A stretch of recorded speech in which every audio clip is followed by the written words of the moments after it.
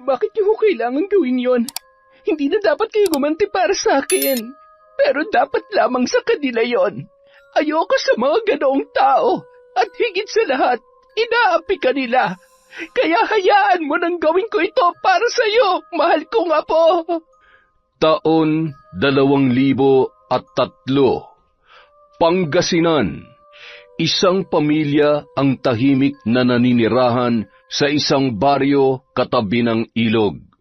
Ang panganay na anak ng mag-asawang Roberto at Lucinda na si Maika ay lumaking mahinhin at may mabuting kalooban. Gayunpaman, tila hindi sapat ang pagiging mabuti nito upang magkaroon ng kaibigan. Bagamat mula pagkabata ay mahinhin ang dalagang si Maika, wala pa itong nagiging kaibigan. Malamang ay dahil sa kanyang itsura. Hindi naman sa matatawag siyang pangit, ngunit sadyang hindi lang talaga kaaya-ayang tingnan ang kanyang muka. Puno ng pekas ang balat ng kanyang muka at medyo litaw pa ang dalawang ngipin sa gitna. Dahil sa kanyang itsura, naging tampulan siya ng pangungutya ng kanyang mga kaedaran. Isama na rin ang ilan sa mga matatanda na sadyang mapanlait katulad ng iba. Magkagayunpaman, mahal na mahal siya ng kanyang pamilya. Nariyan palagi ang mga ito sa kanyang tabi at pinararamdam na wala siyang kakulangan, lalo na ang kanyang bunsong kapatid na si Chris. Napakaganda talaga ng ate ko. Walang tatalo sa iyo, ate. Wala ka mong tatalo sa kapangitan ko. Maganda ka, ate. Para sa akin at para kina Itay at Inay, ikaw ang pinakamaganda sa lahat. Naku, ng bola ka pa. Ang kulit mo talaga, ano? Teka, nasan nga pala sila, Itay? Pumunta pa sila sa bukid, ate. Ang sabi, mamaya pa raw sila makakauwi, kaya ikaw na lang daw po magluto ng hapunan natin. Sarapan mo, ate, ha? Ganon? Sige, pero sandali. Wala na tayong pansahog, eh. Ano naman ang lulutuin ko? Wala na tayong sibuyas, bawang, tsaka asin. Ate naman, pwede ka naman bumili, di ba? Ano? Ayoko nga lumabas dyan. Mamaya pagtawanan na naman nila ako, eh. Ikaw na lang kasi. Ate, kailangan ko pang tapusin tong mga assignment ko, eh. Saka, para namang hindi ka na nasanay sa kanila. Ayaw mo nun, para kang artista na pinagtitinginan ng lahat. Sanay na naman ako, pero, ay, sige na nga ako na. Dito ka lang ha, huwag kang aalis. Mamaya, kung saan-saan ka na naman pupunta. Lumabas si Maika at gaya ng inaasahan, naging tampulan na naman siya ng masasama at mapanglait na tingin. Payuko na lamang siya na dumiretso ng lakad at hindi na pinansin ang mga yon. Pagkarating sa may tindahan ay agad na siyang bumili. Bakit naman ikaw ang bumibili rito, Maika? Wala ba riyan ang mga magulang mo? Nasa bukid pa po eh. Bakit po? Sa susunod kung wala sila, yung kapatid mo na lang ang pabilhin mo rito, ha? Tingnan mo naman ang tingin sa'yo ng mga tao. Baka mamaya ay malugi pa ako dahil sa'yo. Wala nang bibili rito. Pasensya na po kayo. Siya, kunin mo na yung mga pinabili mo at umalis ka na. Huwag ka na ulit bibili rito, ha? Opo. Nang makauwi ay agad nang nagluto ang dalaga upang sa pagdating ng kanyang mga magulang ay may makakain na sila. Isang araw, pauwi na si Maika galing eskwela nang harangin siya ng dalawang lalaki. Kaklase niya ang mga yon na lagi siyang pinagdidiskitahan. Tila wala nang nakikita ang mga yon na maaaring asarin maliban sa kanya. Uy, tingnan mo nga naman. Nandito pala tong anak ng maligno na to. Hinihintay mo ba kami, ha? Saan ang punta mo? Paraanin niyo ako. Kailangan ko nang umuwi. Teka lang. May pera ka ba dyan? Pahingi naman kami, oh. Wala. Tigilan niyo nga ako. Akmang aalis na si Maika nang hawakan siya sa braso ng isang lalaki na si Paulo. Ngunit napadaing ito ng kagatin niya sa braso. Aray, lintik ka. Bakit mo ginawa yun, ha? Isang malakas na sampal ang tinamo ni Micah mula kay Paulo. Ang lakas ng loob mong kagatin ako? Bisit kang babae ka? Gusto mo na bang mamatay? Naku pare, baka nawaan ka na ng lahi niyan. Lahi maligno ka na rin. Tumigil ka nga dyan. Baka gusto mong sapukin kita. Hoy, ikaw babae. Napatras ang dalaga, nang dahan-dahang lumapit sa kanya si Paulo at masama ang tingin nito.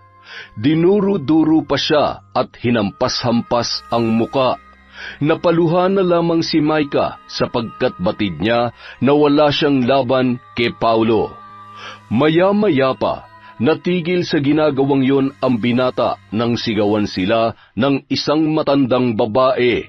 Lumapit yon sa kanilang kinaroroonan at masamang tumingin sa dalawang mayabang na binata. Hoy, kayo mga bata kayo! Sino nagturo sa inyo na manakit ng babae, ha? Sino ba mga magulang niyot nang may sumbong ko kayo? Hindi po lola, naglalaro lang po kami. Opo. Ay nako, ako pa talagang niloko ninyo. Kitang-kita ko kung paano niyo saktan ang batang yan. Gusto niyo bang mapabarangay? Mga estudyante pa naman kayo tapos ganyan ang inaasta ninyo. Yan ba ang tinuturo sa inyong eskwelahan? Mga wala kayong modo. Wala kayong galang sa babae. Humingi kayo ng tawad sa kanya. Ano? Ba't naman kami hingi ng tawad sa babaeng yan? Kinagat niya nga ako. Saka, mawalang galang na po. Pero, pwede bang huwag kayo makailam rito? Paulo, ano ba? Huwag ka na sumagot. Nahuli na nga tayo eh. Pasensya na po. Micah, pasensya ka na. Uy, suriin mo yung mukha mo.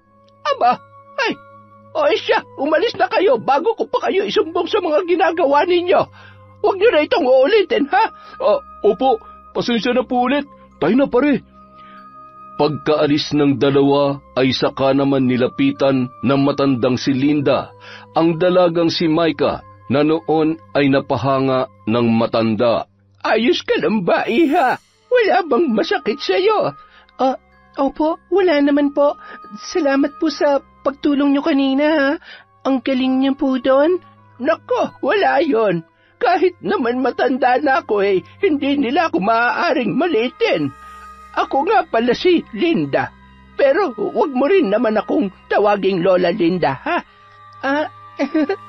Ang bait niyo naman po. Hindi po ba kayo, kung ano man yan hindi. Hindi ako gaya nila na mga mapanghusga, kaya huwag ka nang mailang sa akin. Salamat po talaga, pero kailangan ko na pong umuwi. Sana po magkita ulit tayo. Dito lang rin naman ako nakatira, kaya hindi malabo yan. Sige po, babay na po. Salamat po talaga. Nakangiting umuwi si Micah sa kanilang bahay na ipinagtaka ng kanyang pamilya. Kadalasan kasi malungkot ang kanyang muka o kaya ay humihikbi na alam na naman nila kung ano ang dahilan. Aba, mukhang masaya ka ngayon, anak ah. Ano nangyari? May nanliligaw na ba sa'yo, ate?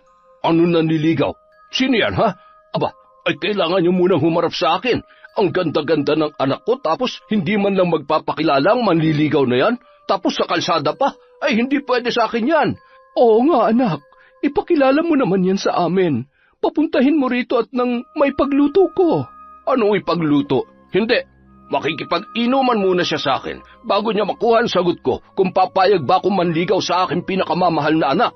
Hay nako, dyan kayo magaling na mga lalaki Puro na lamang kayo inuman. Napatawa na lamang si Micah sa reaksyon ng kanyang mga magulang at kapatid. Hindi pa nga siya nakakapagsalita ay naunahan na siya, kaya hindi tuloy sila magkaintindihan. Wala po. Ano ba naman kayo? Wala akong manliligaw. Saka, imposible naman po na may pumatol sa akin, no? Bakit ka nga nakangiti, ate? Kasi nga, tinulungan ako ng isang matanda kanina dun sa mga nanlalait sa akin. Alam niyo ho, kahit matanda na siya, ang astig pa rin niya. Kung ganon, dapat isinama mo rito sa bahay at nang may pagluto ko at nang mapasalamatan. Hindi ko na po naisip yun Pero nagpasalamat na rin naman po ako sa kanya kanina. Kinagabihan, Napabalikwas ng bangon si Micah. Tila hindi siya makatulog. Weirdo man pakinggan, ngunit bigla niyang naisip na ano nga ba ang pakiramdam ng may manliligaw. Nang may lalaking nagkakagusto sa'yo, tanggap niya na rin noon pa sa sarili na wala nang magkakagusto sa kanya dahil sa kanyang itsura. Ngunit napapaisip pa rin siya kung ano nga ba ang pakiramdam noon. Nakatulugan niya na lamang ang isiping yun. Kinaumagahan, papasok na naman siya sa eskwela at habang nasa daan ay nasalubong niya ang matandang nagpakilalang Linda na nagtanggol sa kanya. Lola Linda? Oh, ikaw pala. Kumusta ka na? Papasok ka na ba, iha? Opo. Kayo po, saan po kayo pupunta? Ay, napadaan lamang ako. Heto, tanggapin mo ito. Ako mismo nagluto niyan. Masarap yan. Kainin mo yan, ha? Nako, hindi po ba nakakahiya? Baka po may iba pa kayong pagbibigyan nito. Hindi, wala. Ang totoo niyan, para sa'yo talaga yan. Kaya sige na, tanggapin mo na, huwag ka nang mahiya. Ang bait niyo po talaga. Sana naging lola ko na lamang kayo. Pwede naman. Bakit naman hindi? Totoo po? Yehey! Ay, sige na. Lumakad ka na't baka mahuli ka pa sa klase mo, apo. Salamat po, Lola. Habang naglalakad si Micah, hinarang na naman siya ng isang grupo ng mga kalalakihan na tila naghahanap ng gulo. Oh, Micah, parang ang saya mo ah. Bakit? Sa tingin mo ba maganda ka? Baka naman nananaginip siya na naging isa siyang diwata. Uy, ano ba kayo? Huwag nga kayong ganyan. Huwag niyong ginaganyan si Micah. Baka mamaya umiyak yan. Ang pangit na nga, iiyak pa. Lalo yung papangit. Tuluan sipon at lalabas pa yung dalawa niyang ngipin.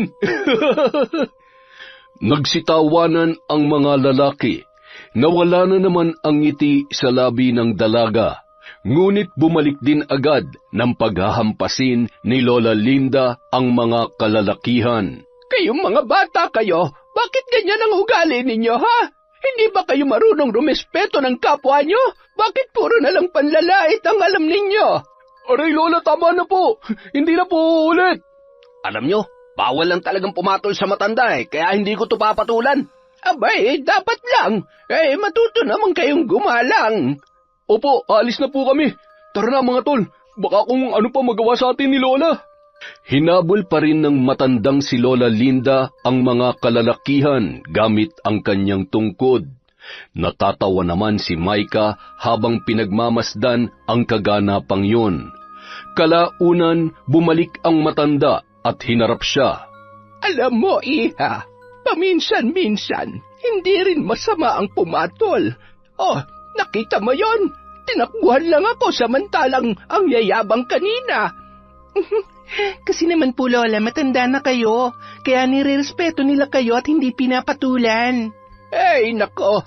Alam mo, wala naman sa edad yan. Nasa tapang at diskarte. Dahil kapag patuloy mo lang sila na hinayaan na apihin ka, makakasanayan nila yan hanggang sa iisipin nila na kayang-kaya ka nila.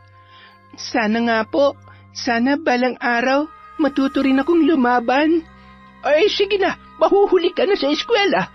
Magmadali ka na. Matamis nang umiti si Micah saka patakbong naglakad patungo sa eskwelahan. Pinagmasdan lang siya ng matanda pagkuway na pabuntong hininga. Magmula nung araw na yon, naging malapit na sila sa isa't isa. Naging mas malapit na nga siya rito kesa sa kanyang ina. Tinuturing siyang apo ng matanda at lola naman ang turing niya doon. Masaya sila at nagkakaunawaan na tila magkadugo. Naging madalang na rin ang pangungutya sa kanya dahil sa matandang yon na parati siyang ipinagtatanggol at pinagbabantaan na kapag hindi pa tumigil ang mga kalalakihan ay malalagot sila. Medyo nakakatakot naman kasi ang itsura ni Lola Linda, lalong-lalo na kapag pinandilatan na sila ng mata. Ang buong akala ni Micah ay magiging maayos na ang lahat. Ngunit isang araw, Nabalitaan niyo ba? Patay na raw si Paulo. sinong Paulo? Yung anak ba ni Cora? Oo, siya nga.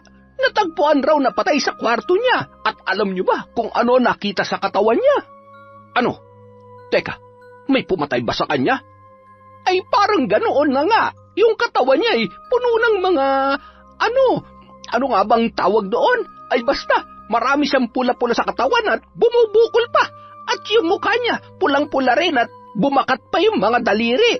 Sa tingin ko, siya rin naman ang gumawa nun sa sarili niya. Bakit niya naman gagawin yon? Ano? Papatay niya yung sarili niya? Ang labo mo naman mag-isip.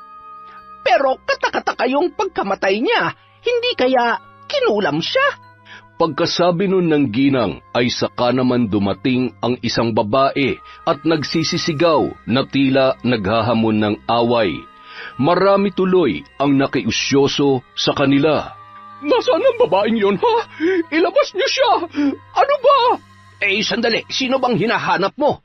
Sinong babae ang tinutukoy mo? Sino pa? Di napakapangit na babae rito sa inyo. Ilabas niyo siya! Napakapangit? Sino naman? Alam ko na. Si Micah? Wala akong pakialam kung ano man ang pangalan niya. Basta ipaharap niyo siya sa akin. Nasaan yun, ha? Ilang sandali pa, dumating ang dalawang lalaki habang hawak ang dalagang si Micah na halatang takot sa maaaring mangyari. Harapin mo yan. Yari ka ngayon. Nang makita ng nagwawalang babae si Micah ay mabilis siya nitong nilapitan at sinabunutan. Kinaladkad siya nito patungo sa gitna kung saan nag-uumpukan ang mga taga-baryo. Sinampal, sinabunutan, sinipa at kung ano-ano pa ang ginawang pananakit nito sa kanya. Wala namang pakialam ang mga nakapalibot. Ang ilan ay naaawa, ngunit mas lamang ang natutuwa. Tama na po, nasasaktan na ako. Aray, ano po ba ang ginawa ko? Ang kapal ng mukha mo! Ikaw ang pumatay sa anak ko, di ba? Aminin mo! Wala po akong alam sa sinasabi ninyo. Hindi po ako pumatay sa kanya. Bakit niyo naman po ito ginagawa sa akin? Sinungaling! May nakapagsabi sa akin na ikaw ang huling binuli ng anak ko at pinagbantaan mo pa siya noon na kapag inulit niya pa yon, magbabayad siya.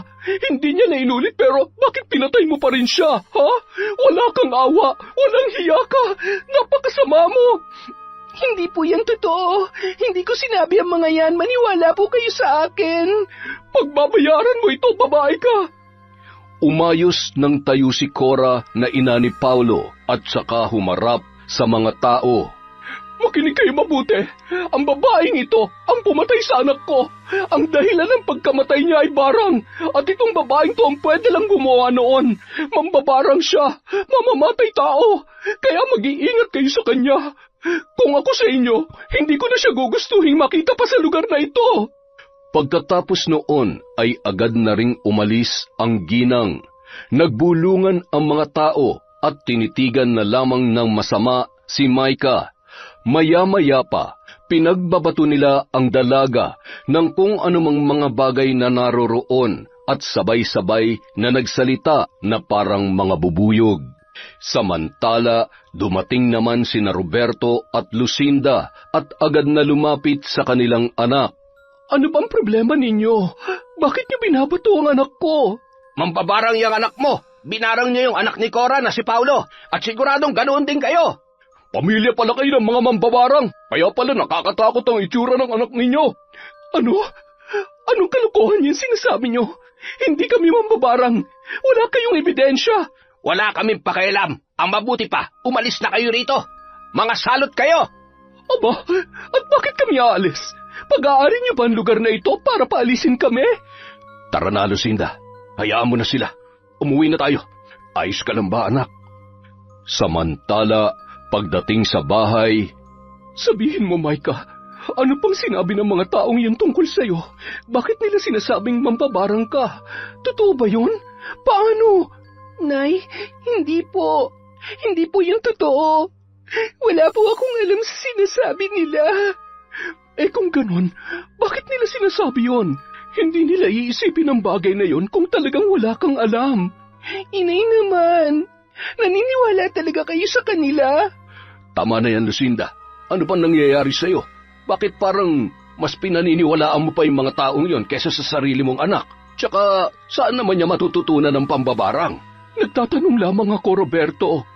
Maika, ano ba ang totoo? Wala po talaga, Nay. Hindi po akong gumawa noon. Sinong gumawa sa kanya noon, ate? Oo nga, anak. Hindi ba't si Paulo yung palaging nang aasar sa'yo? May kilala ka bang pwedeng gumawa nun sa kanya? Tapos ikaw yung mapagbibintangan? Hindi na nakasagot pa si Maika. Maging siya, hindi niya rin alam kung bakit siya ang itinuturo ng nanay ni Paulo. Ate, di ba lagi kami kasamang matanda? Hindi kaya siyang gumawa nung kay Kuya Paulo? Kasi mukha siyang mambabarang lalo na kapag nilakayan niya yung mata niya. Hindi totoo yan. Hindi mambabarang si Lola Linda at wala naman siyang dahilan para gawin yon. Hindi ka nakakasiguro dyan. Noon pa man ay may duda na ako sa matandang yon. Kaya mabuti pa, layuan mo na siya. Ayoko po. Ang bait-bait niya nga po Bahala na kayo kung anong paniniwalaan niyo, basta hindi ko siya lalayuan. Bumalik ka rito, Maika. Ano ba? Tumakbo palabas ng bahay ang dalaga at wala na siyang lingon-lingon pa. Halos wala na siyang marinig sa mga sinasabi ng kanyang mga nakakasalubong. Ngunit batid niya naman kung ano ang mga salitang yon. Sa kakatakbo niya ay dinala siya ng kanyang mga paa sa bahay ng matandang si Lola Linda. Agad siyang pumasok at dinambahan ito ng yakap. Umiyak lang siya ng umiyak hanggang sa huminto na at saka naman nagtanong ang matanda. Ano ba nangyari at tumungo ka rito ng ganyan? Sabihin mo, may nanlait na naman ba sa'yo? Bakit ho ganun sila? Bakit ang bilis nila manghusga kahit wala pa naman silang napapatunayan? Ikwento mo sa akin ang nangyari. Makikinig ako. Naalala niyo po ba si Paulo? Yung isa sa mga lalaking nambubuli sa akin? Kung saan rin po tayo una nagkita? Oo. Bakit? Natatandaan ko pa naman yung lalaking yon. Ano pang mayroon sa kanya? Patay na po kasi siya. Ang sabi, parang daw po ang dahilan ng pagkamatay niya at ako po ang pinagbibintangan nilang gumawa sa kanya noon. Hindi ko po alam kung bakit ako pero wala po talaga akong alam. Kahit po ang inay parang mas pinaniniwalaan niya pa yung mga taong yun kesa sa akin. Napabuntong hininga na lamang ang matanda at hinaplos ang buhok ni Maika. Naaawa siya sa sitwasyon nito. Hindi niya akalain na ganoon ang mangyayari. Huwag ka mag-alala. Kahit na anong mangyari, nandito lamang ako parati sa tabi mo. Naniniwala ako sa iyo dahil alam kong hindi mo magagawa yon. Kaya ang mabuti pa'y tumahan ka na riyan. Salamat po, Lola Linda. Buti pa kayo, hindi nagdadalawang isip na paniwalaan ako. Doon na muna nagpalipas ng gabi si Maika. Hindi na muna siya umuwi. Ayaw niya pa munang makausap ang kanyang pamilya, lalo na ang kanyang ina, na inaamin niya na medyo nagdaramdam siya. Makalipas ang 2 araw, nabalitaan na naman nilang maging si Ben na matalik na kaibigan ng namatay na si Paulo ay pumanaw na rin. At kung ano ang sinapit ng isang binata ay ganoon din ang nangyari sa kanya. Labis na nagdamdam ang mga magulang ng 2 magkaibigan. Wala pa rin silang ibang iniisip na pwedeng gumawa noon kundi si Maika. Gaya ni Cora, sumugod rin ang ina ni Ben at ipinahiya ang dalaga na kanilang pinagbibintangan. Pinagkalat noon sa buong baryo na mambabarang daw si Maika, kaya naman mas dumoble ang paghihirap na kanyang naranasan sa kamay ng kanyang mga kapitbahay. Hindi na siya lumalabas upang maiwasan ang mga taong mapanghusga. Samantala, sa palengke kung saan nagtitinda ang mag-asawang Roberto at Lucinda. Huwag kayong bumili sa mga yan. Baka malasong kayo. O kaya baka nilagyan nila ng kung anong gayuma o orasyon yung mga pinagbebenta nila. Hoy, ano bang pinagsasasabi mo dyan? Huwag mo nga kaming sinisiraan. Ang kapal na mukha mo. Palibhasa, tuyot na yung mga paninda mo, kaya sinisiraan mo kami sa mga mamimili. Kayo, huwag kayo magpapapaniwala sa mga sinasabi niyan. Sinungaling ang taong yan. Asus, Lucinda, kalat na yon sa buong baryo, yung tungkol sa ginawa ng anak mo dun sa 2 estudyante na nanlalait sa kanya noon. Sino pa ba naman ang gagawa nun kundi ang anak nyo lang? Teka lang, sandali pare ha. Huwag naman kayo magsalita ng ganyan. Naghahanap buhay kami rito na maayos tapos ganyan ang gagawin mo. Wala naman sanang siraan. At pwede ba, huwag mong dinadamay rito si Micah? Hindi totoo ang mga binibintang nyo sa kanya at wala naman kayong patunay na siya nga ang may gawa kaya pwede ba manahimik na lamang kayo? Tigilan yung anak namin. Nakikiusap ako bilang kanyang ama. Pinamumukha mo na sinungaling ako. Ganun ba? Sa'yo na nanggaling yan. Tama na, Roberto. Mabuti pa wag mo nang patulan ng mga kulang sa pansin na gaya ng lalaking yan. Dahil sa matumal na benta, nagpasya na lang ang mag-asawa na umuwi na nang matingnan na rin ang kalagayan ng anak nilang si Micah. Hindi ko na talaga kaya ito. Micah, anak, aminin mo na lang kasi at humingi ka ng tawad. Kung kinakailangang lumuhod ka sa harap nila, humalik sa lupa, gawin mo para tigilan na nila tayo. Ano naman po ang aaminin ko sa kanila, Nay? Wala nga po. Tsaka ang turo niyo sa akin noon, huwag akong hihingi ng tawad kung alam kong wala naman akong kasalanan. Hindi ba, Nay? Anong gagawin mo? Pababayaan mo na lang sila na ganyanin tayo? Mabuti sana kung ikaw lang ang naapektuhan, pati rin kami. Yung kapatid mong si Chris na dadamay na rin sa panlalait nila. At ikaw, hindi ka na pumapasok. Kami ng itay mo, wala nang bumibili ng mga gulay sa amin dahil sa'yo. Kaya humingi ka na lamang ng tawad para matigil na sila. Yun lang naman ang gusto nila Ibigay mo na para bumalik na sa normal ang pamumuhay natin. Wala nang ibang paraan, Micah. Napatayo mula sa pagkakaupo ang dalaga at umiiyak na hinarap ang ina. Hindi niya matanggap ang mga sinabi nito. Mababalik sa normal ang buhay natin, Nay. Kailan po yun? Hindi po ako. Kasi mula noon hanggang ngayon, hindi naman naging maayos ang buhay ko Puno ng panlalait, tawanan at panghuhusga. Yun lang po ang natatanggap ko mula sa mga kapitbahay natin. Akala ko ayos lang dahil nandyan naman po kayo na pamilya ko para sa akin. Para palakasin ang loob ko. Tapos ngayon, inaakusahan nila ako sa bagay na hindi ko naman ginawa.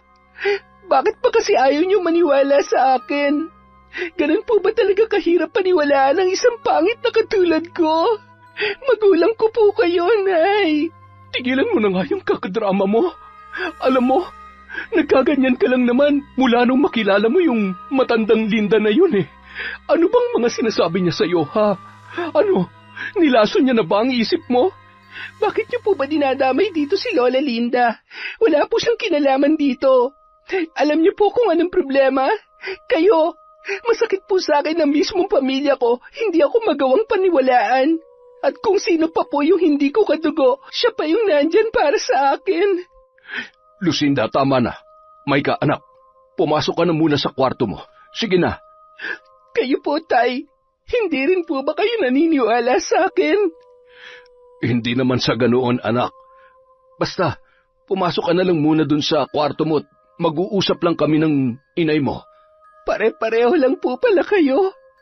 Akala ko kakampi ko kayo pero nagkamali pala ako. Hindi ako makapaniwala.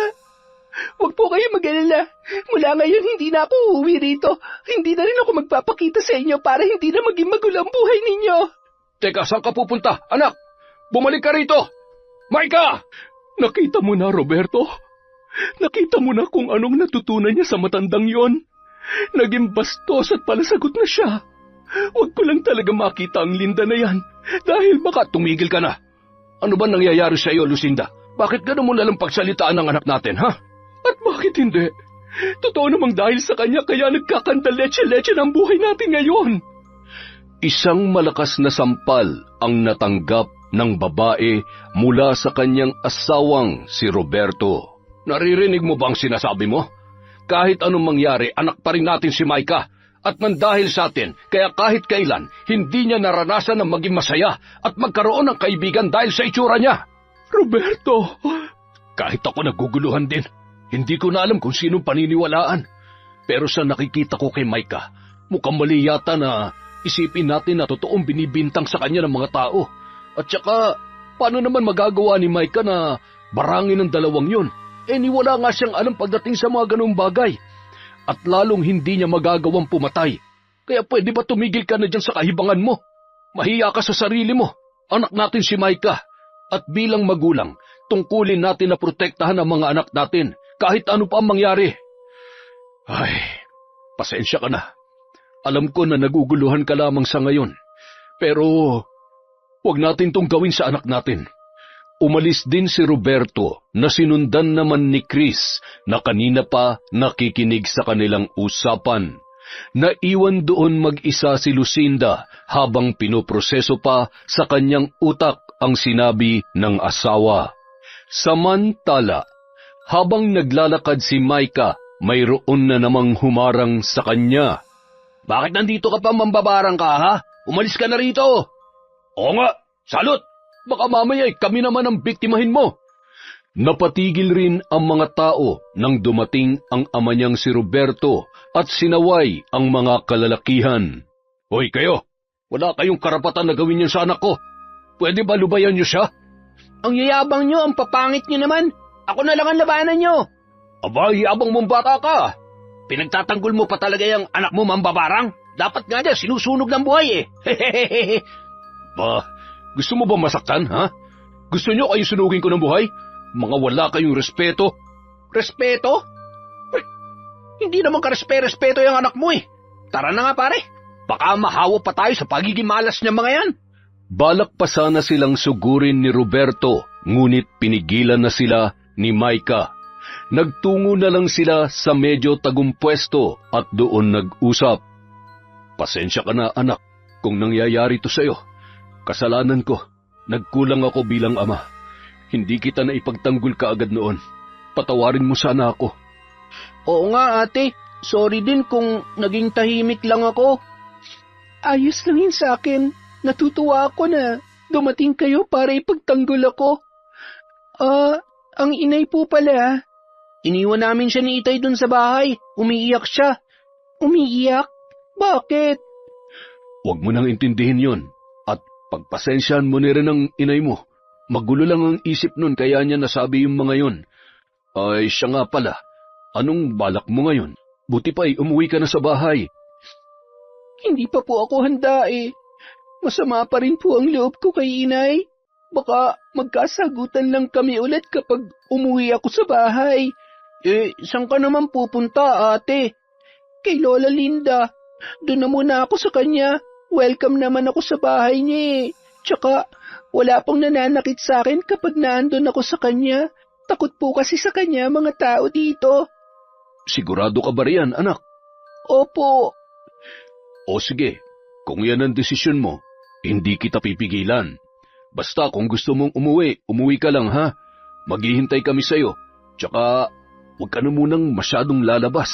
Gagawa rin ako ng paraan para malinis ang pangalan mo sa mga taga-baryo natin. Patutunayan ko sa kanila na wala kang ginagawang masama. Salamat po, Itay. Kahit papaano gumaan po ang loob ko. Akala ko pati kayo, hindi ko rin kakampi. Kakampi mo ko, anak, kahit na anong mangyari. Babay ate kong pangit. Ikaw talaga kahit kailan. Sige na po, umuwi na po kayo, Tay. Mahal kita, ate kong maganda. Napahabol pa ng yakap si Chris sa kanyang ate bago ito sumunod sa kanyang ama. Tinanaw na lang ni Maika ang kanyang tatay at kapatid habang papalayong naglalakad matapos paganin ang kanyang loob. Ngunit mas naging masaya sana siya kung kasama nila ang kanyang ina.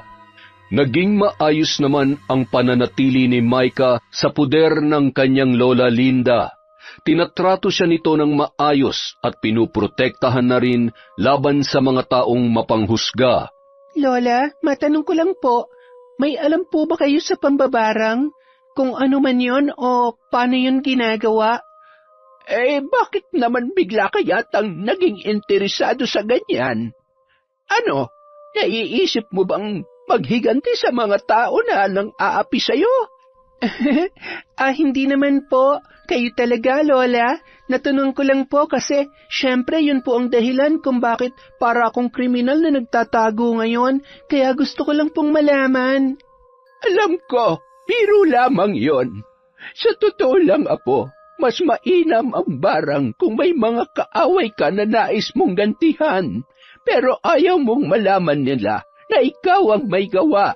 Pwede mo rin silang mapatay kahit saang lupalop man sila ng lugar, basta't mayroong ka lang retrato nila o kaya ay kahit isang gamit nila, gaya ng damit, suklay, kwintas o kahit na ano, basta't sila lamang ang gumagamit ng bagay na yon. Paano po kung may ibang gumagamit nun? Kunwari, damit, ano po mangyayari? Hindi yun epekto. Kailangan kasi talaga ay pagmamayari nila. Madali lang pumatay ng tao gamit ang pangkukulam o barang, Apo. Ano pong pinagkaiba nun, Lola? Mas malala ang barang kumpara sa kulam. Madaling kontrahin ng mga albularyo ang kulam, ngunit ang barang, kailangan muna nilang harapin ang mambabarang at labanan ito para mawala ang epekto ng salamangka.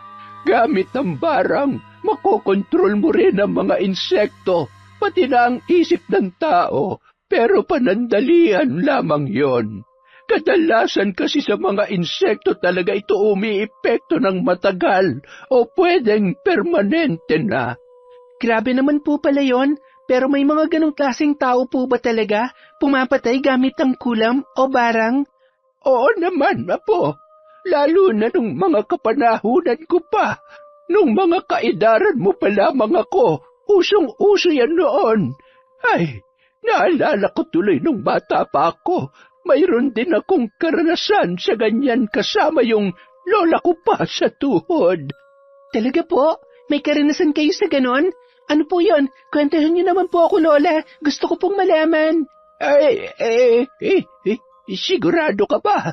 Baka mamaya dyan iwasan mo na ako kapag naikwento ko yun sa'yo. Si Lola naman, hindi po. Siguradong hahanga pa po ako sa inyo. Ay, sige. Alam mo kasi, noong bata pa ako, siguro'y mga 15 anyos pa lamang ako noon. Isinama ko ng lola ko sa tuhod sa bundok para mangahoy. Hanggang sabay nakita kaming isang bahay. Malaki yon at luma na. May isang uwak roon na dumapo sa balikat ko. At dahil takot ako sa uwak, bigla kong hinawakan ang paa at hinagis ko yon. Pinaghampas ko rin ng kahoy hanggang sa mamatay.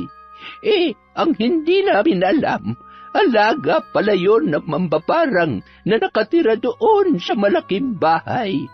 Nagulat pa kami noon ng aking lola nang biglang bumukas ang malaking pintuan at lumabas ang isang matandang babae. Kwento pa ni Lola Linda, naggalit raw ang mambabarang na may alaga sa uwak at tinangka siyang gantihan. Sinubukan naman nilang humingi ng tawad, ngunit labis na nagdamdam ang mambabarang, kaya hindi sila pinakinggan. Dahil doon, nagharap ang lola niya sa tuhod na isa ring mambabarang at ang mambabarang na nakatira sa malaking bahay. Ayon pa sa matanda, halos hindi siya makapaniwala sa nakikita habang naglalaban at nagtatagisan ng kanya-kanyang orasyon ang dalawang mambabarang. Pero sa huli ay nagkaayos din naman sila at naging magkaibigan pa nga. Mahabang kwento kung paano, ngunit ang pagharap nilang yon ay nauwi rin naman sa pagkakaibigan. Nakakatawang isipin, ano? Sino nga ba naman ang mag-aakala na magkakalapit sila sa isa't isa? Samantalang napatay ko yung alaga niyang uwak. Grabe, ang galing naman nun. Para ka na rin palang may kapangyarihan kapag isa kang mangkukulam o mambabarang. Parang gusto ko rin tuloy matuto nun, Lola. Ay nako, alam mo iha, hindi madali ang buhay ng isang may kaalaman pagdating sa mga salamangka. Magulo at maraming magtatangka sa'yo, kaya wag mo nang pangarapin kung nais mo ng tahimik na buhay. Kayo po, Lola, di ba? Mambabarang ang lola ninyo. Ganon din po ba kayo? Tinuruan ka po ba niya? Hindi agad nakasagot ang matanda na tila nag-iisip sa kung ano ang kanyang sasabihin. Kung aaminin ko ba sa'yo ay pagdududahan mo ba ako? Ano pong ibig niyong sabihin na pagdududahan ko kayo, Lola? Ay, wala. Huwag mo nang isipin yon. Mabuti pa'y kumain na lang muna tayo at mukhang napahaba na yata ang kwentuhan natin. Halika na. Lola, matanong ko lang po, wala po ba kayong pamilya, anak o apo? Nung dumating po kasi ako rito, mag-isa lamang kayo. Ngayon lang po ako naglakas loob na magtanong sa inyo kasi baka po magalit kayo sa akin. Wala na akong pamilya, apo.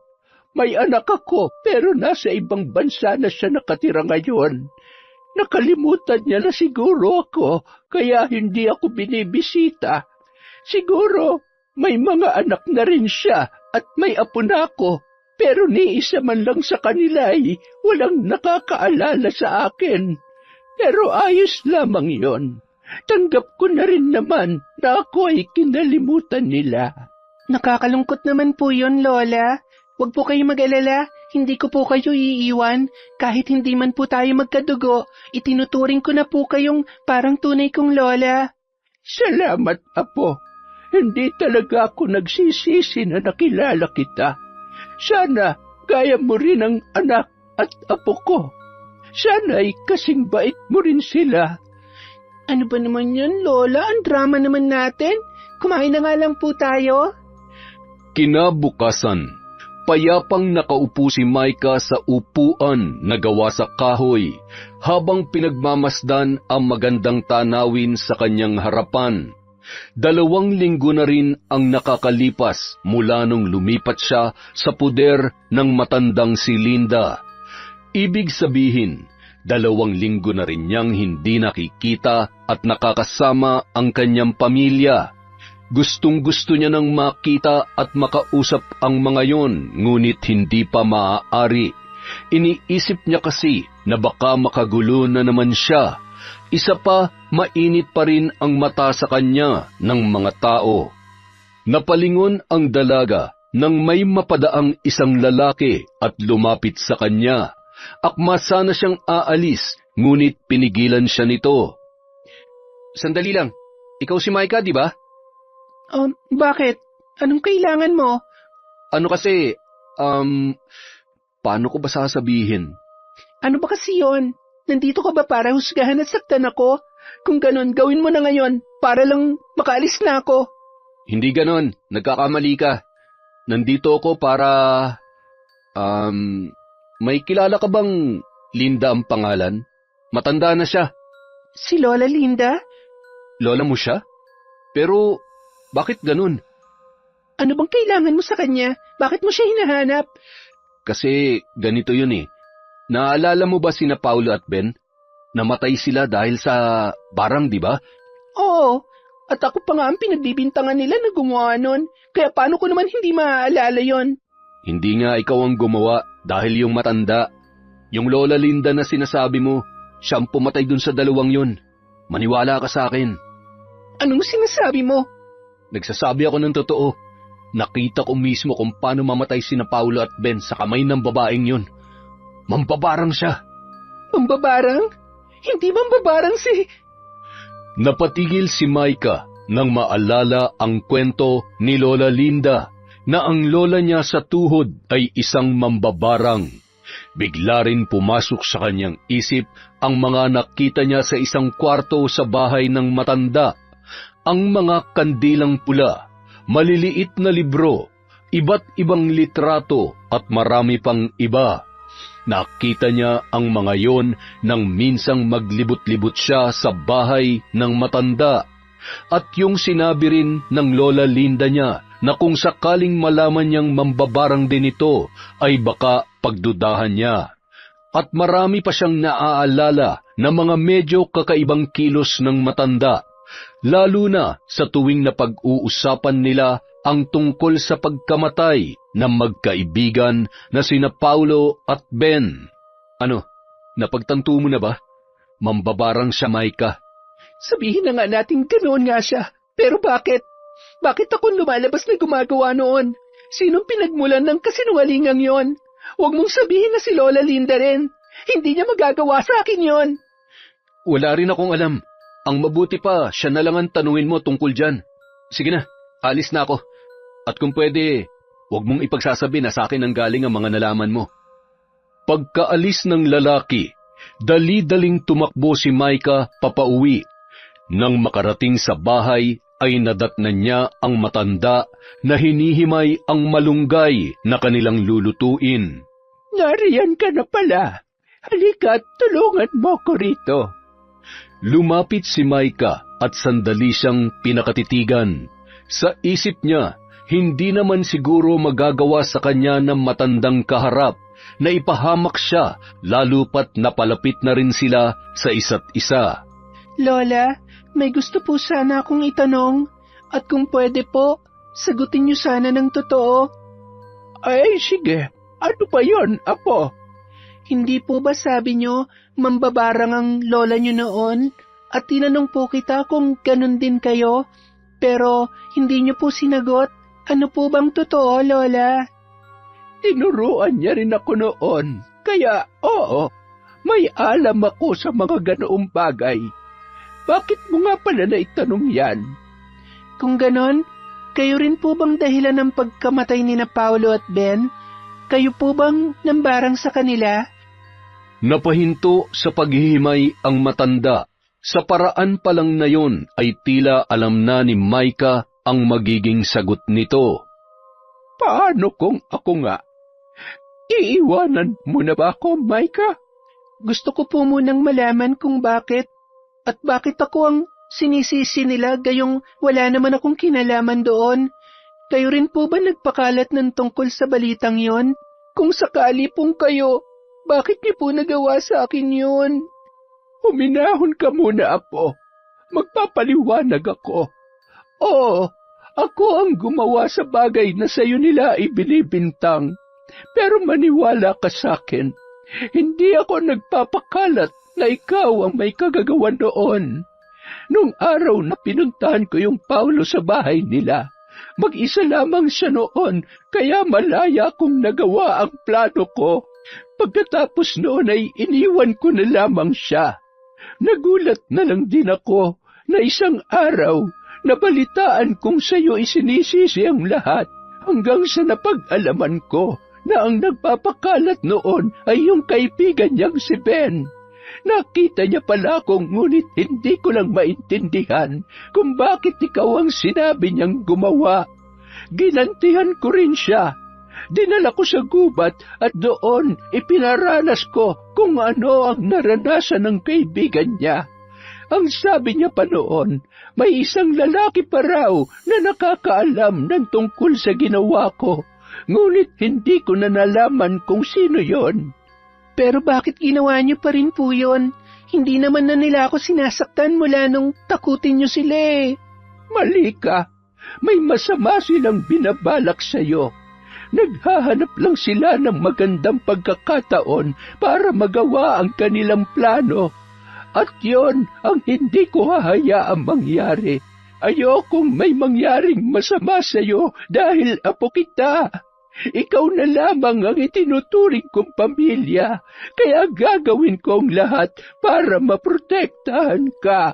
Paano niyo naman po nalaman ang binabalak nila?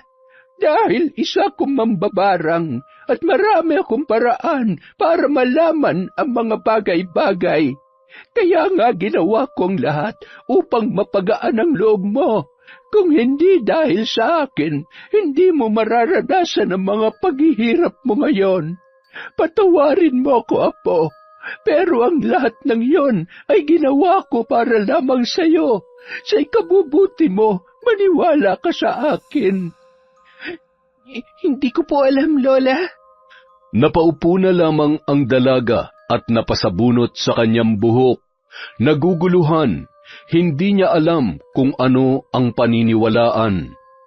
Samantala, sa tapat ng tindahan, may 3 tambay na lalaki ang nag-iinuman at nagkukwentuhan hanggang sa napag-usapan ng mga ito si Micah. Nasaan na kaya yung babaeng yun, no? Ilang araw na rin yung hindi nagpapakita dito eh. Bakit mo ba naman kasi hinahanap yung pangit na yun? Mabuti nga wala na yun dito para mawala na ang malas. Pero sayang, no? Wala na tuloy tayong masar. Wala nang iiyak at yuyuko sa tuwing nakakasalubong tayo. Iba ka talaga, pre. Baka naman namimiss mo lang. Tarantado. Sa pagkukwentuhan ng 3 ay nagulat na lang ang mga ito nang may tumamang bato sa mismong plato ng kanilang pulutan. Sabay-sabay silang napalingon sa gumawa noon. Ang batang si Chris, isa-isa silang tumayo at hinarap ito. Anong problema mo, bata, ha? Gusto mo ba masaktan? Tigilan niyo ng ate ko. Huwag niyo siyang pag-usapan at pagtawanan. At bakit, ha? Sino ka ba sa akala mo? Porke kapatid ka niya? Sabi mo, nasaan yung magaling mong ate, ha? Ay, mali pala. Yung mambabarang mong ate. Sinugod si Jonas ng batang si Chris at itinulak. Napaatras naman ng kaunti ang binata. Aba, pare, mukhang hinahamon kaya ata ng batang yan, ah. Ano? Papatulan mo ba? Kawawa ka naman, bata. Mali ka ng binangga. Kung ako sa'yo, tumakbo ka na at magsumbong sa ate mong mambabarang. Sabing hindi mambabarang ang ate ko eh. Bakit ba ayaw niyo siyang tigilan? Ang bait-bait ng ate ko para gawin niyo yun sa kanya. Ako na lang ang harapin niyo. Lalabanan ko kayo. Nagtawanan ang 3 magkakaibigan.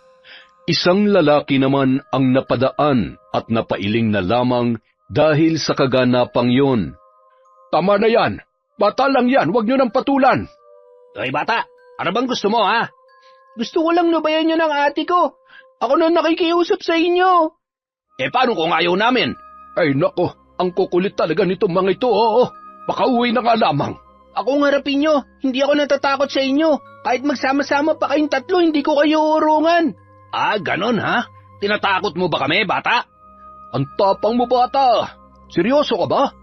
Lumapit si Jonas kay Chris at tinulak ang bata. At nang si Chris naman ang gaganti ay nailagan lang ito ng binata, kaya halos masubsob sa damuhan ang kapatid ni Micah. Sumunod naman si Christian na hinawakan ang buhok ni Chris at hinila yon pagkatapos ay sinampal-sampal. Ganoon din ang ginawa ni Mio. Nanlalaban naman si Chris, ngunit sadyang hindi pa sapat ang kanyang lakas para labanan ang 3 mayayabang na binata. Hoy, tigilan nyo na nga yan. Maawa naman kayo sa bata, tama na. Pati ba naman bata ipapatulan ninyo? Huwag nga kayong makialam dito, manang. Intindihin nyo na lang ang sarili nyo, huwag kami. At saka, bakit ba? Eh siya naman ang unang naghamon, kaya pinatulan namin. Pagapang na lang na kumilos si Chris dahil sa sakit ng kanyang katawan, hanggang sa makarating siya sa isang kanal na medyo may kalaliman. Paano ba yan? Wala ka na mapupuntahan. Nasaan ng yabang mo ngayon, bata, ha? Ano pang hinihintay mo? Tumalong ka na. At nang hindi na gumagalaw si Chris na nag-aalangan rin sa kung ano ang gagawin, unti-unti siyang nilapitan ni Jonas. Ano, nagsisisi ka na ba sa paghamon sa amin, ha? At walang patumpik-tumpik na tinulak nito si Chris sa ilalim ng kanal. Nagsigawan ang mga taong nakakita na nagbigay alarma sa 3. Lintik ka naman, preo, bakit mo tinulak? Paano kung mamatay yun? Eh, bahala siya sa buhay niya. Tsaka, ba't niyo ako pinigilan? Eh, baka makulong pa tayo nito sa ginawa mo. Tara na, umalis na lang tayo. Pero, Paano yung bata? Hayaan nyo na yan. May tutulong din naman dyan. Tayo na! Nang makaalis ang tatlong kalalakihan, naglapitan na ang mga taong naroroon. Diyos ko, ang bata! Tawagin niyo mga magulang niya, bilisan niyo! Kayo, magtulong-tulong kayo na maiangat siya rito, bilisan niyo! Ay, Diyos ko, bakit hindi niyo man lamang kasi pinigilan ng tatlong yon? 4 na kalalakihan ang bumaba sa kanal upang tulungan ang nahulog na si Chris, na kasalukuyan na ring walang malay. Samantala, hindi nagkikibuan ang mag-asawang sina Roberto at Lucinda habang magkaharap na kumakain. Magmula kasi nang umalis si Micah ay hindi na rin sila masyadong nagpapansinan. Masama pa rin ang loob ni Roberto sa asawa dahil sa mga sinabi nito sa kanilang anak. Roberto, may balita ka na ba kay Micah? Kung ano mga ginagawa niya? Saan siya pumupunta? Kumakain pa ba siya? Maayos ba ang lagay niya? Bakit? Iniimbestigahan mo ba siya na parang kriminal? Ano ka ba naman? Hindi ganun yun. Nag-aalala lamang ako sa kanya. Pwede bang pauwiin mo na siya? Gusto ko na siya makita at makasama. Makikinig naman yun sa iyo dahil maayos kayo nung umalis siya. Sige na. Gusto ko na makita ang anak ko. Hihingi na ako ng tawad sa kanya. Nagsisisi na ako sa mga nasabi ko. Gulong-gulo lamang ako nung panahon na yon, kaya hindi ko na alam kung anong pinaggagawa ko. Alam mo, mabuti pa hayaan na lang muna natin siya. Tutal, ang sabi niya ay babalik siya kapag maayos ng lahat. At maayos na ba? Hindi pa naman, di ba? Kaya mas mabuti na rin na doon na lang muna siya. Kung tutuusin, kasalanan mo naman kung bakit siya umalis at mas pinilim makasama yung Lola Linda niya kesa sa atin. Kaya nga pauwiin mo na siya at nang makahingi na ako ng... Sunod-sunod na sigaw mula sa labas ang nagpatigil sa usapan ng mag-asawa. Nagkatinginan muna sila bago tumayo si Roberto para buksan ang pintuan. Ano yun? Bakit ka nagsisisigaw dyan? Iyon pong anak niyo si Chris. Napaaway po. Ano? Nasaan siya? Ano nangyari? Sumunod na lamang kayo sa akin. Bilisan niyo. Patakbo nilang sinundan ang naturang lalaki. Pagkarating doon ay halos mawalan ng ulirat si Lucinda sa nakitang kalagayan ng anak. Nakahandusay ito sa lupa at walang malay. May mga pasa ang muka at basang-basa ang damit. Diyos ko! Chris! Agad na nilapitan ni Lucinda ang bunsong anak at niyugyug yon. Ano nangyari? Sino may gawa nito sa anak ko, ha? Nakipag-away siya sa mga tambay rito dahil pinagtatanggol niya ang ate niya hanggang sa nahulog siya sa kanal at nawala na malay. Sino yung mga tambay na yon? Umalis na sila nung pagkahulog ni Chris eh. Wala man lamang kayong ginawa? Hinayaan niyo lang na bugbugin siya ng mga tambay? Pati ba naman yung bata, hindi niyo palalampasin? Ganyan na ba talaga kayo kasama? Wala kayong sinasanto? Tila ibang Roberto na ang kanilang nakikita ngayon dahil sa pagwawala nito. Hindi kasi niya matanggap na ang bata niyang anak ay pagtutulong-tulungan ng mga nakatatandang kalalakihan. Napaatras tuloy ang mga taong naroroon dahil sa takot sa nagwawalang si Roberto. Kapag may nangyaring masama sa anak ko, malalagot kayong lahat sa akin. Tayo na, Lucinda. Dinala ng mag-asawa si Chris sa ospital upang maipagamot at sa awa ng may kapal, naging maayos naman ang kalagayan ng bata, bagamat medyo nabagok ang kanyang ulo. 3 araw bago sila nakauwi ng bahay at nakalabas ng hospital si Chris. Sigurado ka bang ayos na ang pakiramdam mo, anak? Sabihin mo lamang kung hindi pa at babalik tayo sa ospital. Ayos na po ako, itay. At saka, ayoko rin po doon. Nakakabagot. Mas gusto ko po na dito na lamang sa bahay. Bakit mo naman kasi naisipan na gawin yon? Ang bata-bata mo pa'y nakikipag-away ka na. Tingnan mo nga yan nangyari sa'yo. Diyos ko, alam mo ba kung gaano kami nag-alala ng itay mo nang maabutan ka namin at makitang walang malay? Ang akala namin ay, Diyos ko, Hindi bali na nga. Ang mahalaga ay ayos ka na ngayon. Pasensya na po kung nag-alala pa kayo. Gusto ko lang naman po talaga na... Oo na, alam na namin yon. Gusto mo lang ipagtanggol ang ate mo. Pero, wag naman sa ganung paraan, anak. Mapapahamak ka sa ginagawa mo eh. Pasensya na po talaga kayo. Basta, ipangako mong hindi na mauulit yon, ha? At saka, sigurado naman na hindi rin gugustuhin ng ate mo na gawin mo yun para sa kanya. O siya, tama na. Nandito na tayo sa bahay. Pumasok na tayo. Pagkapasok ay ganoon na lamang ang tuwa nila nang makita na naghihintay si Micah sa kanilang pagdating. Ate? Mabilis siyang lumapit sa kanyang kapatid at niyakap yun. Micah, anak, anong ibig sabihin nito? Babalik ka na ba rito sa atin? Ano pong nangyari kay Chris? Bakit parang nanghihina siya? O ano yung nasa ulo mo? Bakit may ganyan ka? Hindi mo pa ba alam, anak? Ang alin po? Nakipag-away siya sa mga tambay sa labas dahil pinagtatanggol ka niya. Hanggang sa... Ewan ko ba, hindi namin alam. Ang sabi ng mga tagalabas na hulog raw, pero ang sabi naman ni Chris ay tinulak siya ng mga nakaaway niya. Pero mabuti na nga lang at wala nangyaring masama sa kanya. Kasi kung mayroon ay hindi ko alam kung anong magagawa ko sa kanila. Chris naman, bakit mo ginawa yon? Ang liit-liit mo tapos nakikipag-away ka sa malalaki. Kasi ate, hindi ka pa rin nila tinitigilan eh. Ang sabi pa nila, sana ikaw na lang raw ang namatay at malas ka daw po.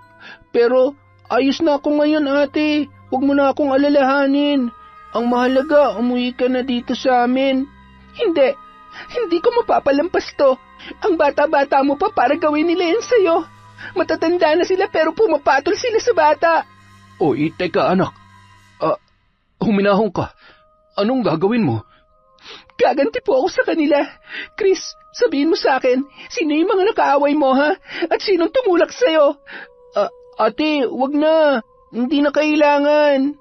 Kapag hindi mo sinabi sa akin kung sino-sino sila, hindi na talaga ako uuwi rito. Hindi mo na ako makikita. Gusto mo ba yon? Wala nang nagawa pa ang kanyang kapatid kundi sabihin ang totoo. Ayon sa kanya, 3 raw ang mga lalaking yon, sina Jonas, Christian at Mio. Pagkasabi noon ni Chris ay hindi na nagpatumpik-tumpik pa ang dalaga at agad na umalis. Nilampasan lamang niya ang kanyang inang si Lucinda na parang hindi nakita. Samantala, pagdating sa bahay ni Lola Linda, Lola, kailangan ko po ang tulong niyo. Basta para sa'yo, mahal ko nga po. Gusto ko pong kumante. Gagantihan ko yung mga taong nanakit sa kapatid ko. Mga wala silang awa, hindi na sila nakontento sa pang-aapi sa akin. Pati kapatid ko, sinaktan na nila. Kaya kailangan ko po ang tulong niyo, Lola. Gawin mo po ang lahat para magdusa sila. Wala na akong pakialam kahit mamatay pa sila. Sinundan ng dalaga ang matanda patungo sa isang silid upang kunin ang mga kagamitan sa pambabarang. Nagkaayos naman silang dalawa matapos malaman ni Micah ang katotohanan. Inamin niyang nagdamdam siya, ngunit naisip at napagtanto niya rin na ang lahat ng iyon ay para lang din sa kanya. Nais lang siyang protektahan ng matanda, kaya wala siyang makitang dahilan para magalit dito. Sigurado ka na ba sa gusto mong mangyari, Apo? Baka mamaya ay nabibigla ka lamang at pagsisihan mo ito. Alam ko naman na mabuti ang iyong kalooban at ang binabalak mong gawin ay para lamang sa matitigasang loob. Wala na po akong pakialam, Lola. Sa ginawa nila sa kapatid ko, mas lalang binigyan nila ako ng dahilan para maging gaya nila na masama at walang puso. Kung yan talagang gusto mo at hindi na kita mapipigilan, sige, tutulungan kita at gagawin natin ang lahat para sila'y mapagbayad. Hindi lang para sa kapatid mo, kundi para na rin sa'yo. Napabuntong hininga na lamang at napatango ang dalaga. Samantala, Kasalukuyang pasuray-suray na naglalakad sina Christian at Mio dahil sa kalasingan. Lumabas sa pinagtataguan si Micah at hinarap ang dalawa. Teka, di ba si Micah yan? Yung mambabarang? At yung... ano nga ba yun? Yung kapatid nung tinulak natin sa kanal, yung batang si Chris, nakakatawa ang itsura niya, di ba? Pareho silang pangit. O ikaw, anong ginagawa mo rito, ha? Gagantihan mo ba kami? Sana, pero dahil mukhang masayang-masaya pa kayo sa ginawa niyo sa kapatid ko, hindi na lang. Kasi hindi sapat sa inyo ang basta gantihan lang. Ang dapat sa inyo, mawala na. Yabang mo, ah. Bakit? Kaya mo kami, ha? Kahit lasing kami, kaya ka namin patumbahin. Di ba, Tol? Tol, Mio, nasaan ka na? Pare, tulungan mo ako. Aw! Ano nangyayari sa'yo? Bakit mo sinasakal ang sarili mo? Baliw ka na ba? Hindi ko mapigilan. Ang sakit. Hindi ko makontrol ang sarili ko. Lintik, ano ba nangyayari? Hoy, babae, anong ginawa mo, ha? Ano sa palagay mo, ha? Totoo nga ang mga sabi-sabi na mababarang ka. Salot ka talaga kahit kailan. Akmang susugurin na ni Christian si Micah, ngunit bigla na lamang napatigil ang lalaki nang hindi niya magawang igalaw ang kanyang katawan. Tila ba nanigas siya sa kanyang kinatatayuan. Ilang segundo pa ay lumabas ang matandang si Lola Linda.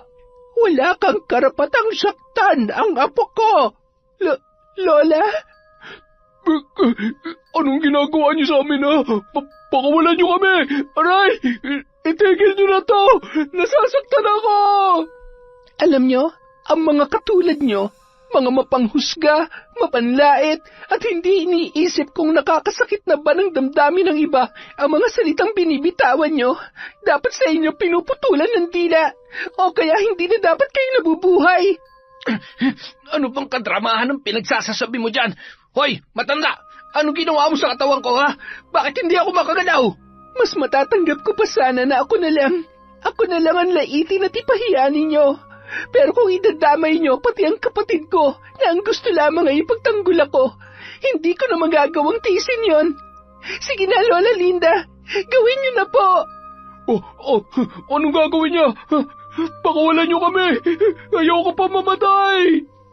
Nang sa wakas ay naigalaw na ni Christian ang kanyang katawan, agad itong tumakbo ng mabilis at iniwan ang kanyang kaibigan na si Mio. Ngunit nagulantang ang naiwang kasama nang makita ang papatakas na kaibigan na bigla na lamang nagkikisay at kitang-kita niya rin kung paano ito dumugin ng mga insekto at pumasok yon sa kanyang katawan. Dala ng sobrang takot, naihina lamang ang binata sa kanyang pantalon.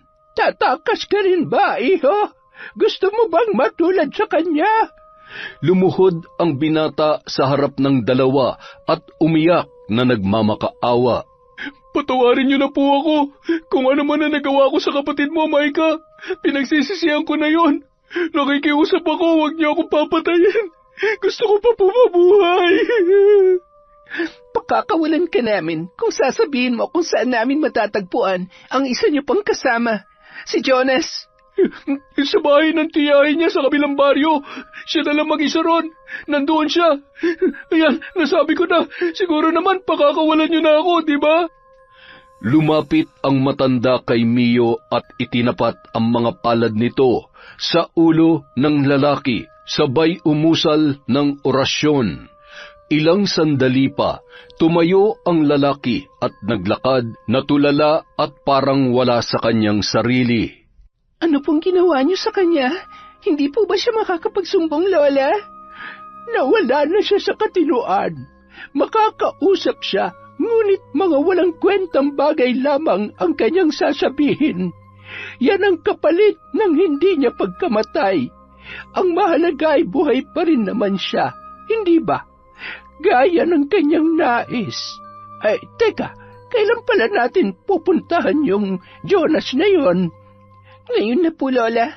para bago matapos ang gabing ito, tapos na po ang lahat. Nagtungo sila sa sinasabing bahay ni Mio, kung saan naroon si Jonas. Pumasok si Micah sa loob, habang naiwan naman ang matanda sa labas. Naabutan niya ito na nagduduyan habang naninigarilyo. Mukhang ang sarap ng buhay mo, ah. Kumusta naman ang pakiramdam ng nagtatago? Teka, bakit nandito ka, ha? Paano mo nalaman na nandito ako? Tinuro ka ng kaibigan mo. Nandito ako para pagbayarin ka sa ginawa mo sa kapatid ko. Na mag-isa ka lang pumunta rito? Babae ka pa? Seryoso ka ba, ha? O nagpapatawa ka lang talaga? Saka, ano naman ngayon kung may ginawa ako sa kapatid mo? Kasalanan niya rin naman yun. Pasagot-sagot siya eh.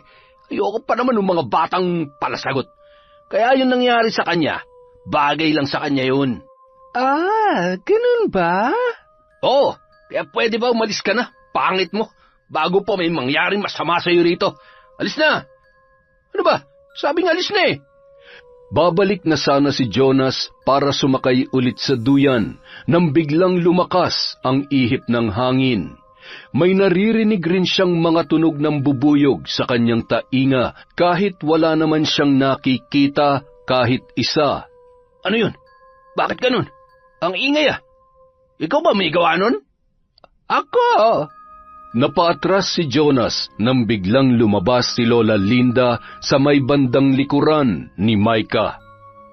Anong kalokohan to, ha? Anong klaseng nilalang kayo? Paano niyo nagagawa yan? Kung anong binibintang niyo sa akin noon, si Lola Linda yon. Mga mangkukulam kayo, mga mambabarang, mga bruha. At ngayon, handa ka na bang magbayad sa mga kasalanan mo? Bakit? Diyos ka ba, ha? Batas ka ba? Pulis? Para singilin ako sa mga kasalanan ko? Nahihibang na kayo. Lola, siguro mas mabuting patakasin na lang natin siya. Ay, sige, Apo. Kung yan ang gusto mo, sigurado ka ba? Dapat lang. Mga lintik kayo. Huwag kayong susunod. Lakad-takbo ang ginawa ni Jonas para makalayo sa bahay na yon.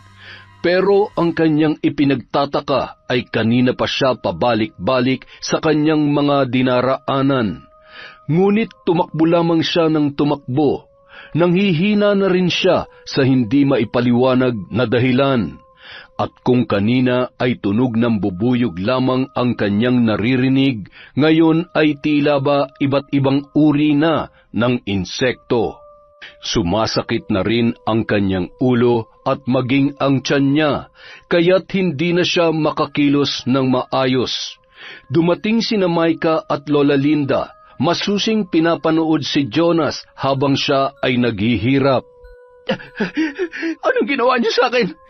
Papatayin niyo ba ako? Ha? Pwede ka namang magmakaawa na hindi namin gawin yon. Baka sakaling magbago pang isip namin. Makaawain mo yung mukha mo. Matigas talaga siya, Lola. Alin kaya sa nangyari sa dalawa niyang kaibigan ang pwede nating gawin sa kanya? Sina Christian at Mio? Anong ginawa niyo sa kanila? Ha? Si Christian ay namatay habang sinusubukang tumakas. Si Mio naman, sabihin na lang natin na baliw na siya, pero buhay pa. Mga demonyo kayo! Mamatay na kayo! Gusto ko lang ulitin at iparinig sa iyo ang sinabi ko dun sa dalawa mong kaibigan. Hindi na bali na ako ang saktan at ipahiya nyo. Pero wag niyo lang idadamay ang pamilya ko, lalong-lalo ng kapatid ko. Pagkatapos noon, nag-usal na ng orasyon si Lola Linda at napahiyaw sa sakit si Jonas habang siya ay namimilipit. Maya-maya pa nawalan yon ng malay. Pagkalipas ng ilang sandali ay tila wala sa sarili itong bumangon at naglakad patungo sa kung saan. Saan po siya pupunta, Lola? Maghintay ka lamang, Apo. Nakarating sila malapit sa bangin at mula sa pinakagilid noon ay doon huminto ang lalaki. Nahulaan na agad ni Micah kung ano ang mangyayari. May gusto ko ba munang sabihin bago ka tumalon dyan? Pwede rin namang humingi ka na lang ng tawad. Hindi ko pinagsisisihan ang ginawa ko sa kapatid mo. Lalo na ngayon na nalaman kong totoo na mambabarang ka. Bigla na lamang pinagsasampal ng dalaga ang binata. Hindi naman ito makalaban dahil nasa ilalim siya ng kapangyarihan ng matanda. Ayan, sapat na siguro mga sampal na yan. Ano pang hinihintay mo? Tumalon ka na! Pilit mang labanan ng lalaki ang kanyang sarili o ang mga paa na huwag humakbang, ngunit hindi niya yon magawa. Ilang sandali pa ay tumalon na nga siya sa mataas na bangin. Pagkatapos nun, napabuga na lamang ng hangin ang dalaga at nagsimulang humikbi. Nilapitan siya ng matanda at inalo. Ayos lamang yan, Apo. Ganyan talaga ang pakiramdam sa una. Masasanay ka rin. Gusto ko na pong umuwi, Lola. Gusto ko nang makasama ang pamilya ko. Ay, sige. Uuwi na tayo. Ang mabuti pa ay tumahan ka na. Kinabukasan, umuwi sila at ikinuwento ni Maika ang lahat. Napakrus na lamang ang nanay niyang si Lucinda dahil sa kanyang mga narinig. Nakakalungkot man isipin na kailangan mo pang gawin yon, pero kung tutuusin maging ako rin ay gugustuhin rin yung mangyari sa kanila. Ate, pasensya na po. Dahil sa akin, kaya niyo nagawa yun. Kung hindi lang sana ako nakipag-away. Ano ka ba, bunso? Wala kang kasalanan. Huwag mong isipin yon, ha? At saka, tinapos ko na rin naman ang problema, kaya wala ka rin dapat alalahanin. Anak, pwede ba tayong mag-usap? Lumabas sina Roberto at Chris, kasama ang matanda at naiwan ang mag-ina. Matagal ko na itong gustong sabihin sa'yo. Pasensya ka na. Patawarin mo ko, anak, sa mga nasabi ko sa'yo. Alam ko na maling-mali ako sa mga ginawa ko at pinagsisisihan ko na yon. Tama si Roberto. Ako ang nanay mo kaya dapat ako ang unang nagtatanggol sa'yo. Pero sa ginawa kong yon parang ako pang nagtulak sa'yo pababa. Patawarin mo sana ako, Maika, anak. Bigyan mo pa ako ng isa pang pagkakataon para makabawi sa'yo. Ayos na po yon, Nay. Huwag niyong isipin yon. Ang totoo niyan, gusto ko rin pong humingi ng tawad dahil sa mga pagsagot ko sa inyo noon. Hindi ko dapat ginawa yon kasi hindi niyo naman po ako pinalaking ganon. Pero ang mahalaga po ngayon, magkakasama na po ulit tayo. Aalis po tayo rito. Lilipat po tayo sa ibang lugar. Talaga, ate? Lilipat tayo ng tirahan? Nagulat ang mag-ina nang biglang sumulpot si Chris na sinundan naman ng dalawa pa. Oo. Kung ayos lang po sa inyo para makaiwas na rin po tayo sa mga naging problema natin sa lugar na ito. Ay, ayos lang naman sa akin. Kung saan ang gusto nyo, basta masaya kayo, doon na rin ako. Ako rin po. Kahit saan, ayos lang po ako. Ganon din naman ako. Kayo po, Lola Linda, ayos lang po ba sa inyo na sumama sa amin? Oo nga naman. Mas mabuti pa siguro na sumama na lamang kayo sa amin. Gusto ko rin palang magpasalamat sa inyo, Lola Linda, sa pag-aalaga at pagtingin nyo sa anak namin habang kami ay wala sa tabi niya. Pasensya na rin kung nag-isip ako ng hindi maganda sa inyo. Sana'y mapatawad nyo rin po ako at sana maging parte na rin kayo ng aming pamilya. Oo nga po, para may lola na din po ako. May tatay, may nanay, may ate at meron pang lola. Ang saya siguro nun. Kaya lola, sige na po, sumama na po kayo sa amin. Ay, sige, kung ano ang makakapagpasaya kay Maika. Kinabukasan, nilisan na nila ang lugar na yon. Lumipat sila sa isang lugar kung saan walang nakakakilala sa kanila at ang mga tao ay hindi gaanong mapanghusga sa mga katulad ni Maika na may pangit na itsura. Namuhay sila kasama ang matandang si Lola Linda na itinuring na rin nilang parte ng kanilang pamilya mas lalong naibsan ang kalungkutan ni Lola Linda na makasama ang pamilya ng itinuring niyang apo na si Micah. Dahil doon, hindi na siya gaanong nangungulila sa anak na nasa malayo, na tila nakalimot na sa kanya. At higit sa lahat, namuhay sila bilang isang pamilya kung saan walang ibang mararamdaman kundi ligaya at saya. Yon ang sarap magkaroon ng mapayapa at masayang pamilya. Ang ganda na naman ng kwento natin. Maraming salamat po uli sa walang sawang pagsubaybay sa Kwentong Enteng. Ang shoutout natin sa susunod na video.